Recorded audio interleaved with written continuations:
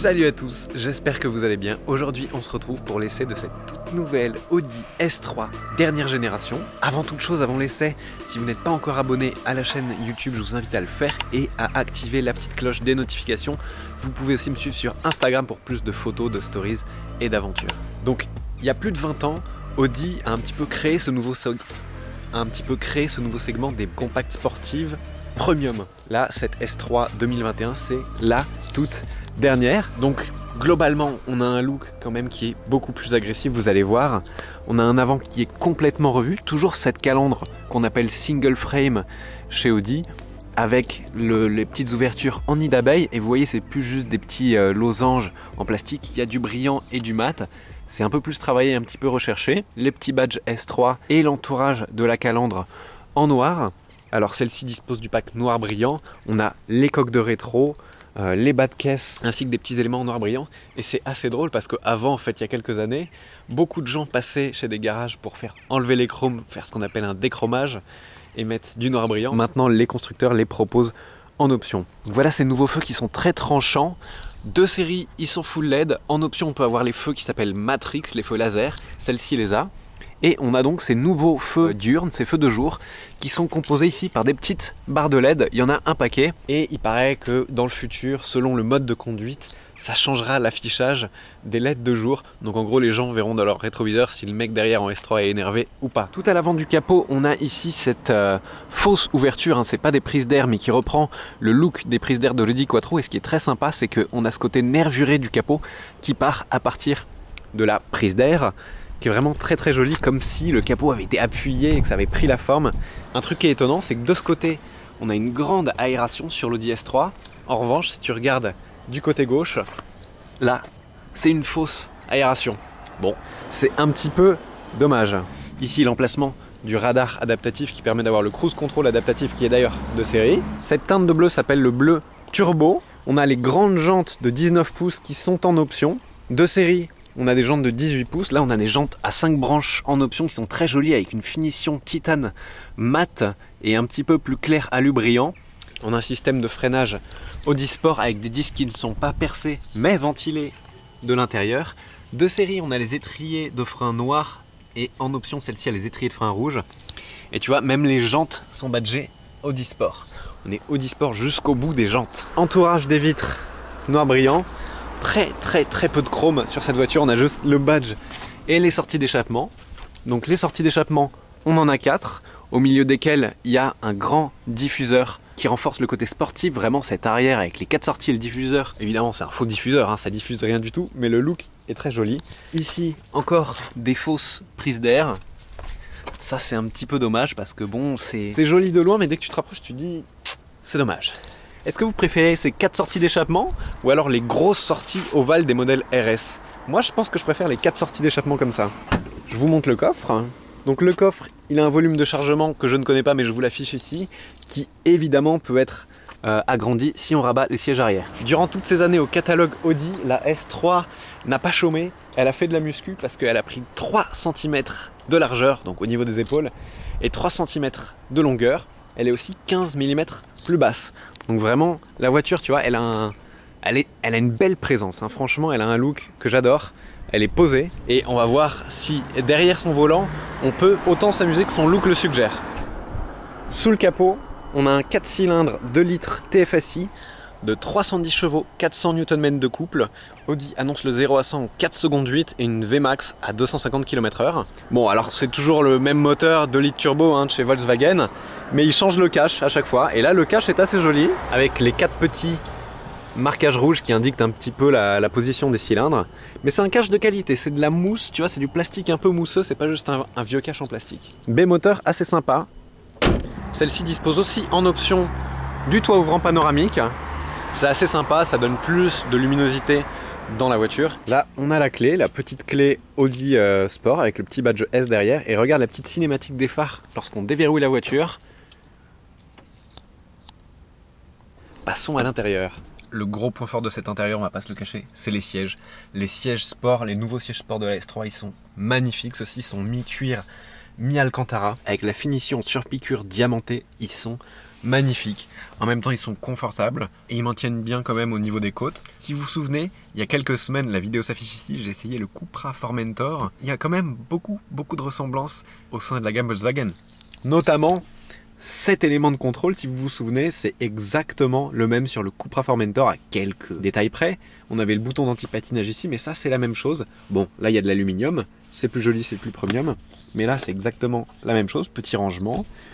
Bouton de frein à main. Ici, quelque chose pour recharger le téléphone par induction, comme sur le Cupra Formentor. Les boutons du Drive Select, de l'anti-patinage. Alors un défaut que je trouve à cette voiture, c'est que le bouton du Drive Select, il est là, et il n'y a aucun moyen de le mettre sur le volant. Sur la S5 que j'ai à Cannes, ce bouton il est configurable et tu peux le configurer pour qu'il change séquentiellement les différents modes du Drive Select. Là, ça n'est pas possible, on ne peut pas sélectionner ça, c'est assez dommage. Donc on a un volant Audi Sport avec du cuir perforé, ici du cuir plein et des surpiqûres. Surpiqûres blanches d'ailleurs, tout à l'intérieur de la voiture, c'est très joli. Ce n'est pas un volant à mes plats, donc on a le volant qui est complètement rond et on a des petites palettes tout en plastique juste derrière le volant. Ce qui est sympa, c'est que maintenant sur les dernières Audi, on a ces deux grands écrans de 12 pouces en option, sinon c'est 10 pouces, qui est tactile. Et alors c'est pas avec un retour haptique, ça veut dire que ça vibre, ici c'est un retour auditif, donc quand tu appuies, il y a un petit clic, ça marche très bien, navigation, tu vois, c'est assez fluide. Et tu as Apple CarPlay, donc tu peux brancher ton téléphone et avoir Waze, tes appels, ta musique, ton Spotify, tout ça. Ça marche très bien. On a en option le système audio Bang & Olufsen. Pas mal d'enceintes et un son très enveloppant, très puissant, très agréable quand tu écoutes de la musique et que tu aimes ça. Sinon, on a une planche de bord qui est orientée vers le conducteur. Tu vois ici, c'est tourné un petit peu vers moi. Est-ce qu'on sait en regardant comme ça qu'on est dans une S3 ? Pas forcément. C'est très premium, mais je dirais pas que c'est sportif. C'est Audi, c'est très beau, c'est très sobre. Ici, on a ce qu'ils appellent l'application. Alors, c'est une option décorative en carbone atlas, ça n'est absolument pas du carbone, c'est du plastique. Et on a une planche de bord en simili-cuir, donc c'est comme sur le Cupra ATK, du simili-cuir, mais c'est du plastique, de très bonne qualité, avec ici la petite surpiqûre, très jolie. Je vous montre la porte. On a de l'Alcantara, du simili-cuir ici, la petite poignée, le design qui est très joli avec ici la barre en aluminium. Si vous voyez au milieu, il y a une petite ligne. Ça, c'est le pack d'ambiance lumineuse où tu peux choisir la couleur à l'intérieur. La nuit, c'est très joli, c'est tout éclairé. Je vais vous montrer l'arrière. L'arrière, il y a de la place. Là, moi, je fais 1m78. J'ai réglé le siège. Je me mets, tu vois, j'ai toujours de la place. Bah alors, certes, tu vas pas étendre tes jambes comme dans une classe S, mais t'es bien. Il y a de la place. Il y a 5 places dans cette voiture, 3 à l'arrière. Ici, 2 petites prises USB-C, très pratique pour recharger ton téléphone ou ton ordi parce que c'est de l'USB-C. Quand tu manœuvres, tu as une caméra de recul, mais pas de système 360. Tu as juste une caméra de recul classique qui est très grand angle. Donc il faut quand même vérifier dans tes rétros parce que le grand angle, c'est difficile d'apprécier les distances avec. Bon, maintenant, écoutons la sonorité du 2 litres TFSI. C'est parti en mode confort pour commencer.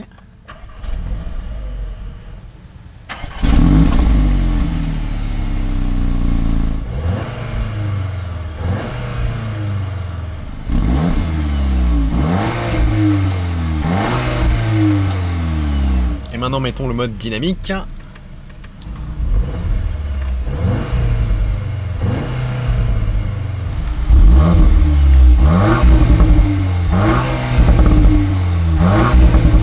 On a des très légers retours et un rev limiteur juste avant 4000 tours minute.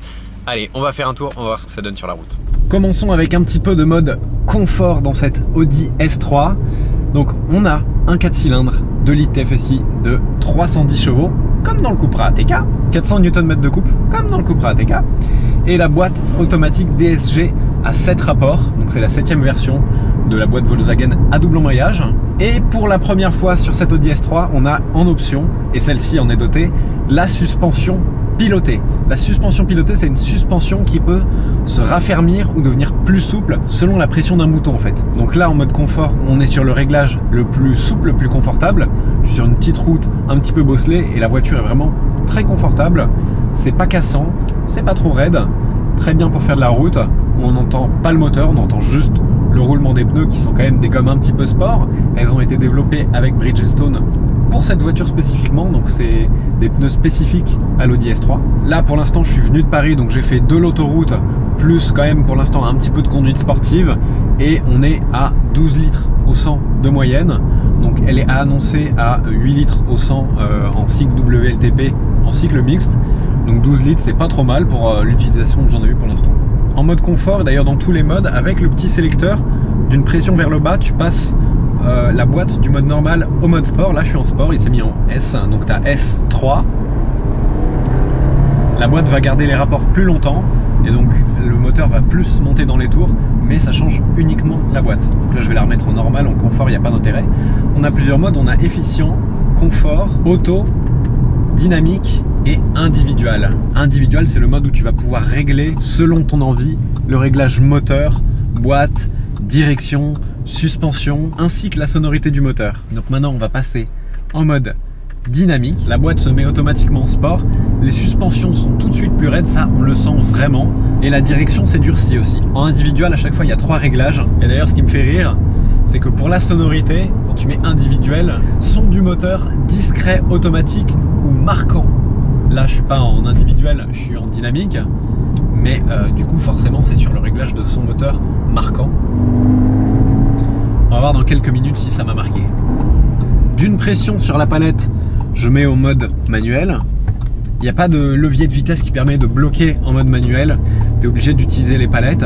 Et si tu montes haut dans les tours, les rapports ne sont pas verrouillés en manuel. Ça passera automatiquement le rapport supérieur. Sur la même route que je viens d'emprunter en mode confort, c'est assez bluffant à quel point la suspension est plus raide. Donc là, pour un usage de tous les jours, un usage routier, le mode dynamique va vraiment être raide. Donc si tu aimes bien le son moteur marquant, d'ailleurs dans le communiqué de presse, ils ont même dit enivrant de litres, tu peux mettre en individuel, régler la suspension sur souple, le volant sur sport et le moteur sur sport, le son moteur sur sport et garder les suspensions souples. La boîte réagit extrêmement bien, rétrogradage et passage. La boîte réagit très très bien. La voiture dispose du launch control, 0 à 100, 4 secondes 8, je vais vous le montrer. Donc pour ça, on met la boîte en S, un coup sur l'anti-patinage, pied sur le frein, pied sur l'accélérateur.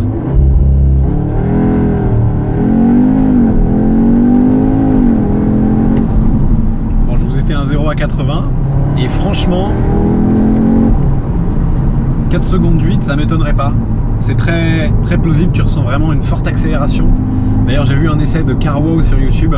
Il a mesuré, alors c'est 0 à 60 miles par heure, donc il faut rajouter peut-être un dixième, mais il a mesuré 4 secondes 3 et 4 secondes 4, donc disons 4 secondes 5, et c'est une bonne surprise. La voiture accélère vraiment, 310 chevaux.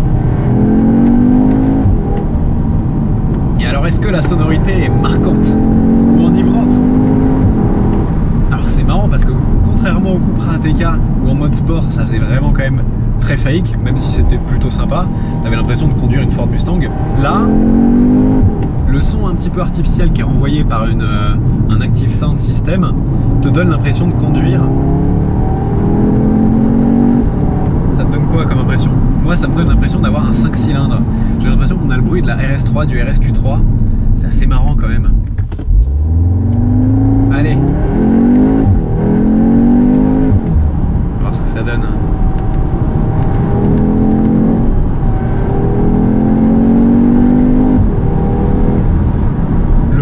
Bon mordant, une bonne attaque de pédale. Je pourrais pas vous parler de l'endurance parce qu'on n'est pas sur circuit. Et la voiture est assez stable. En mode dynamique, vraiment, elle est bien posée. Petit muret, on va écouter ce que ça donne.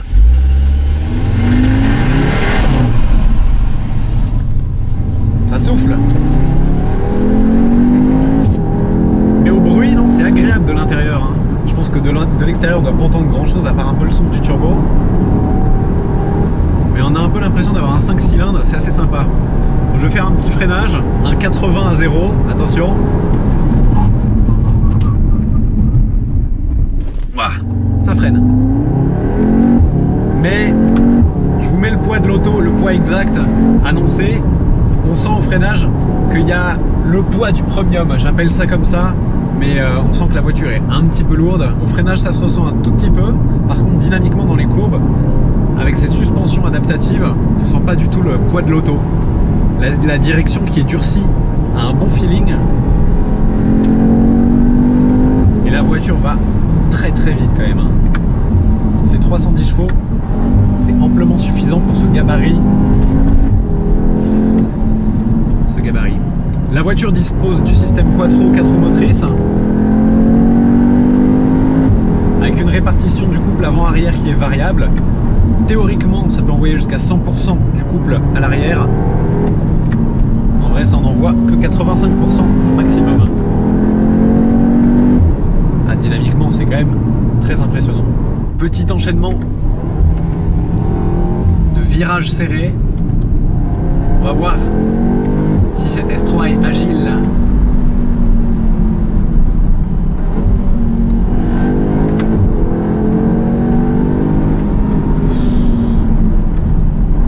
Ça va très très vite. 310 chevaux, ça paraît plus énorme par les standards actuels, mais ça pousse.